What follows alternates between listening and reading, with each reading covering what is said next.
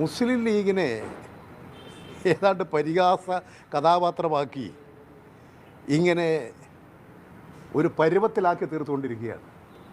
ഇതിനോട് പ്രതികരിക്കാനുള്ള ശേഷി ലീഗിനില്ലേ? അതിൻ്റെ നേതൃത്വത്തിലില്ലേ? അണികൾ ശക്തമായി പ്രതികരിക്കുന്നുണ്ട്. 3-ാം സീറ്റ് ചോദിച്ചതിനുള്ള മറുപടി ഇപ്പോൾ അടുത്ത 6 മാസം കഴിഞ്ഞാൽ വരാൻ വേണ്ടി പോകുന്ന രാജ്യസഭാ സീറ്റ് നിങ്ങൾ പരിഗണിക്കാം. അത് കഴിഞ്ഞ് ഒരു 6 മാസം കഴിയുമ്പോൾ അടുത്ത വർഷം രാജ്യസഭാ സീറ്റ് വരുമ്പോൾ ലീഗിൻ്റെ MP ഒഴിഞ്ഞു വരുന്ന സീറ്റ് കോൺഗ്രസ് എടുക്കും. അതിൻ്റെ അർത്ഥം എന്താണ്? അതുവരെയുള്ളൊരു 6 മാസത്തേക്ക് കൊടുക്കുക എന്നുള്ളതല്ലേ? ലീഗിൻ്റെ MP ഇനിയിപ്പോൾ രാജ്യസഭാ സീറ്റ് തന്നെ പറയാം. അപ്പോൾ വരാൻ വേണ്ടി പോകുന്ന 3 ലോകസഭാ സീറ്റിൽ ഇന്നത്തെ നില വെച്ചുകൊണ്ട് ഇടതുപക്ഷത്തിന് 2 സീറ്റ് ഉറപ്പിക്കാം. പിന്നെ കോൺഗ്രസിൻ്റെ വോട്ട് വേണോ ലീഗിന് ജയിക്കാൻ? കോൺഗ്രസിൻ്റെ വോട്ട് വേണ്ട ലീഗിന് ജയിക്കാൻ. അപ്പോൾ ലീഗെന്ന് പറയുന്ന സംഘടനയെ ഒരു പരുവത്തിലാക്കി പരിഹാസ കഥാപാത്രങ്ങളാക്കി അപമാനിച്ച് വിടുകയാണ് കോൺഗ്രസ് ചെയ്യുന്നത്. ഏതായാലും UDF എന്ന് പറയുന്ന മുന്നണിക്കകത്ത് വളർന്നു വരുന്ന പ്രശ്നങ്ങളാണ്.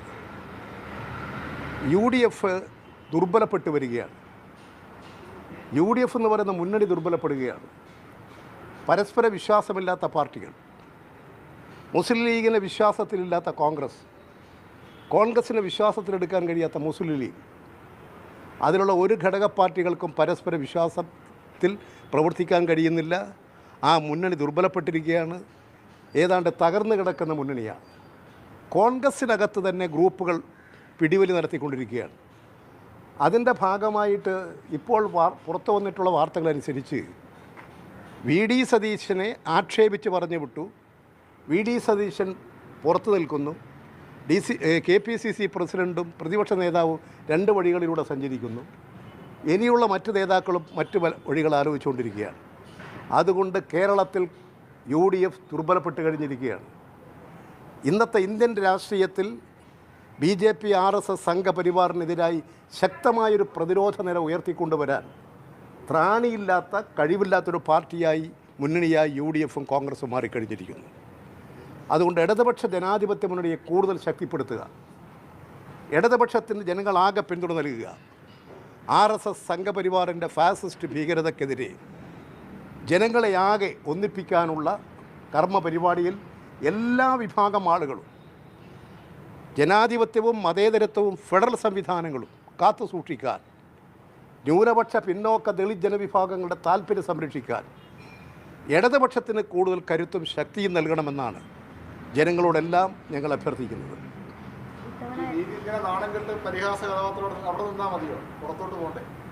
അവർക്ക് അവർ തീരുമാനിക്കേണ്ടതാണ്.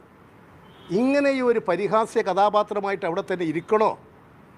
നിങ്ങൾക്ക് നിങ്ങളുടെ ശക്തിയില്ലേ? ഏതെങ്കിലും ഒന്നിനെ ചാരി നിന്നാലേ നിങ്ങൾക്ക് നിൽക്കാൻ സാധിക്കൂ. ശക്തമായി നിങ്ങൾക്ക് നിങ്ങളുടെ നിലപാടെടുത്ത് നിൽക്കാൻ കഴിയേണ്ടതല്ലേ? ഇത്രമാത്രം അപമാനിതരായിട്ടും ഇങ്ങനെ ഏതെങ്കിലും ചാരി നിൽക്കാനുള്ള ശ്രമം ലീഗ് ഉപേക്ഷിച്ച് സ്വന്തം കാലിൽ നിന്ന് പോകാനുള്ള കരുത്തവരുണ്ടാക്കിയാൽ അവർക്ക് നല്ലത്. കോൺഗ്രസുമായിട്ടുള്ള അവരുടെ ബന്ധങ്ങൾ ഇന്ന് വരെ എടുത്ത് പരിശോധിച്ചാൽ ലീഗിനെയും ന്യൂനപക്ഷ വിഭാഗത്തെയും എല്ലാം പല ഘട്ടങ്ങളിലും പരിഹസിച്ച് പറഞ്ഞുവിട്ട അനുഭവമാണ് കേരളത്തിലുള്ളത്. അതിൻ്റെ ഒരു തുടർച്ചയാണ് ഇപ്പോൾ അനുഭവിച്ചുകൊണ്ടിരിക്കുന്നത്.